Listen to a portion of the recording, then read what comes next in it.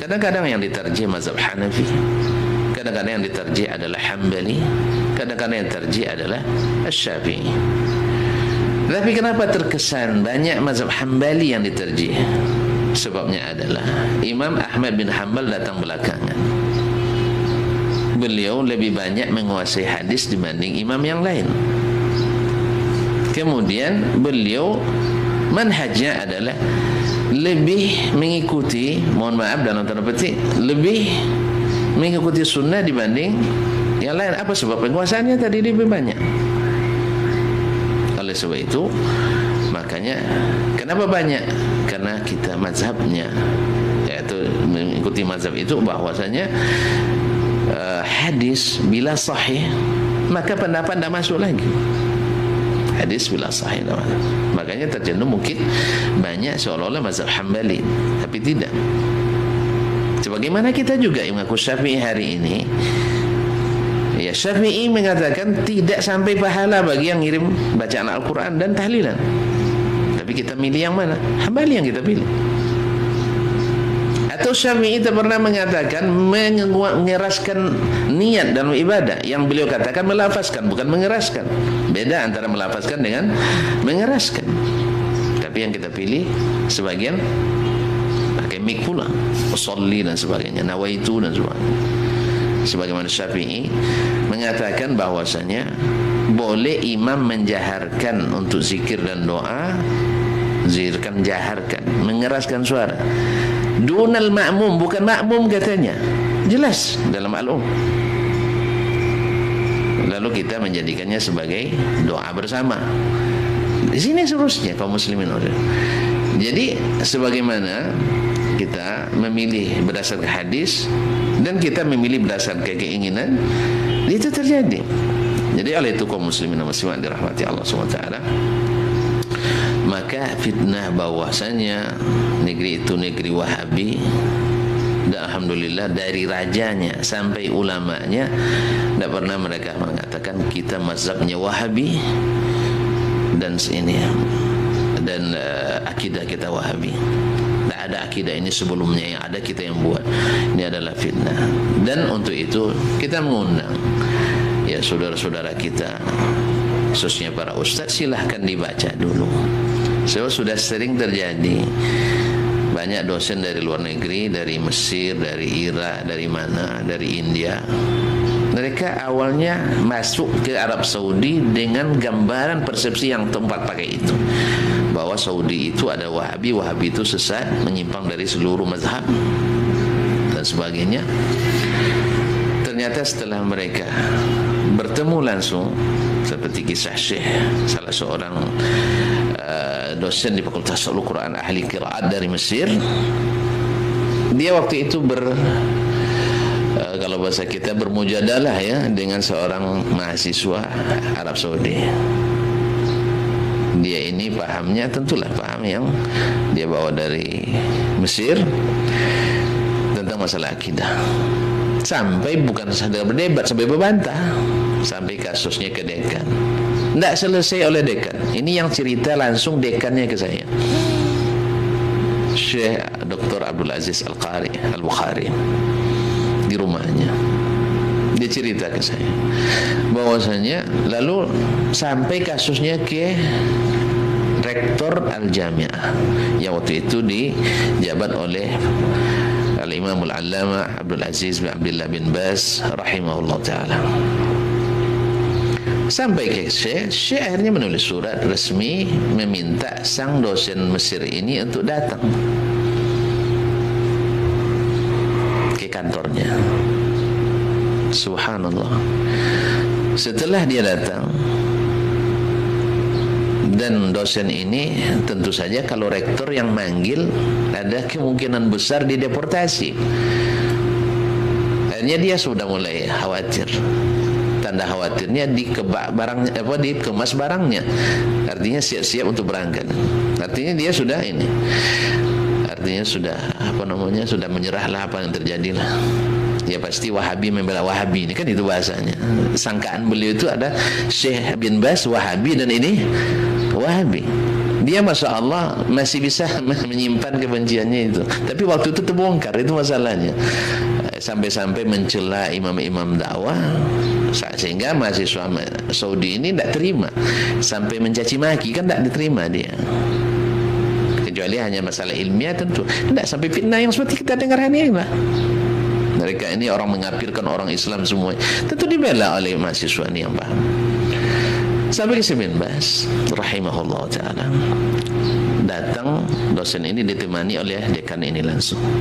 Sampai sana, ketika dia mengucapkan salam dari pintu, Assalamualaikum, Waalaikumsalam, Syekh langsung berdiri menyambutnya. Syekh yang datang menyambut dosen tadi. Setelah datang silakan duduk. Cerita, kata Syekh, 2 jam kami cerita, tak ada menyinggung masalah sama sekali. Cerita tentang ilmu saja. Syekh bin Baz rahimahullah.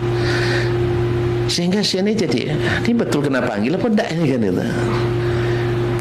Coba lihat ikhwani fillah, adab dan akhlak para ulama itu yang tak sepaham dan semazhab, tidak seperti yang dituduhkan.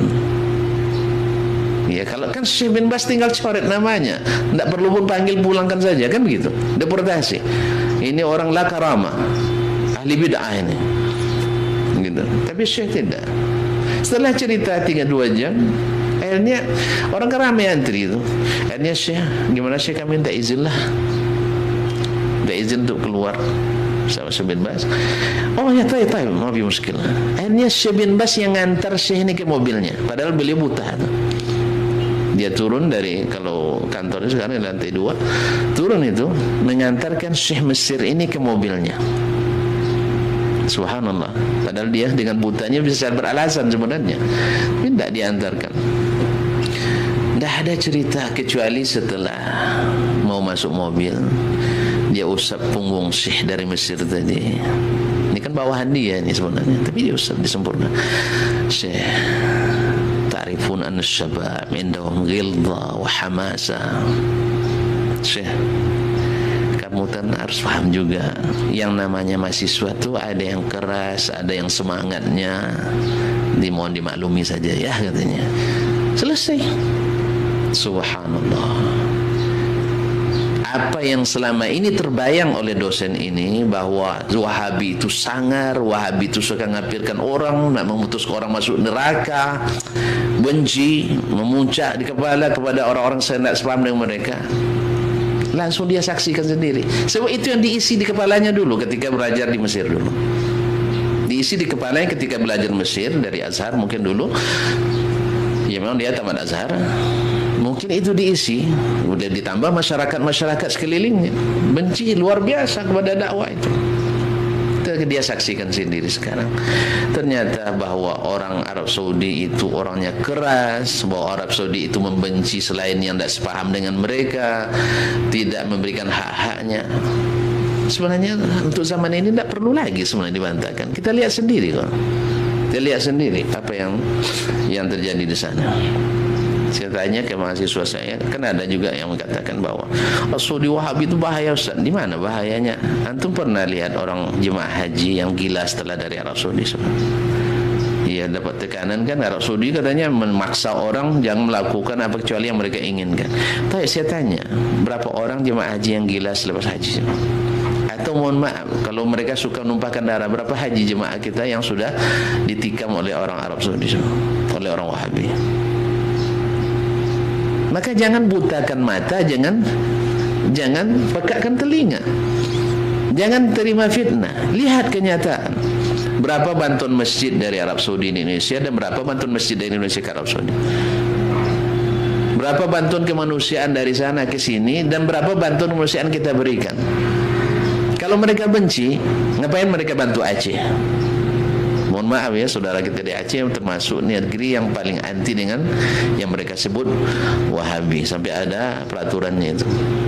Semoga Allah SWT memaafkan saudara kita, membukakan pintu daya baginya. Ya karena tidak terbuka tadi.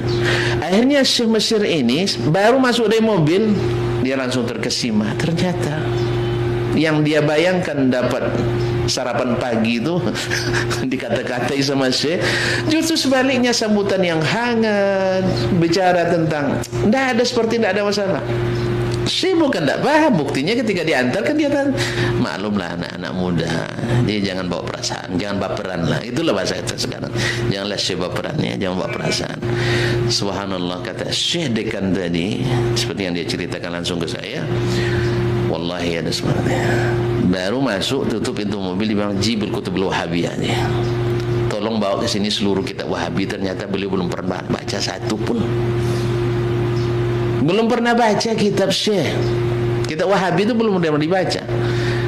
Dan ini yang saya yakini, bahwa mereka pada umumnya tak pernah baca kitabnya langsung, tapi baca dari orang-orang yang kontra. Ya tentulah, dari awalnya justru sudah bayangan yang tidak baik, ditambah lagi dengan fitnah yang ada dalam kitab-kitab yang ditulis oleh para ulama yang kita kagumi, yang kita katakan mungkin lebih hebat dari Nabi sebagiannya secara aplikasi, walaupun secara lisan mungkin tidak dikatakan itu. Kaum muslimin dan muslimat dirahmati Allah, akhirnya beliau membaca kitabnya dengan seksama tanpa tekanan sekarang, karena dia sudah lapang, baru dia tahu ternyata ini tak sesuai dengan apa yang dituduhkan, tak sesuai dengan apa yang difitnahkan. Oleh sebab itu, ikhwani fillah, maka belajarlah ilmu dengan sungguh-sungguh. Antum akan tahu, sebab siapa yang tahu yang benar pasti tahu mana yang salah. Siapa yang tahu sunnah paham mana yang bid'ah. Tapi kalau antum berkutat di yang salah, kamu tak akan tahu mana yang benar. Kalau antum tetap masih pro kepada bid'ah, apapun namanya bid'ah hasanah, antum tak akan kenal lezatnya sunnah. Demi Allah, antum tak akan merasakan lezatnya sunnah selama masih dicampur.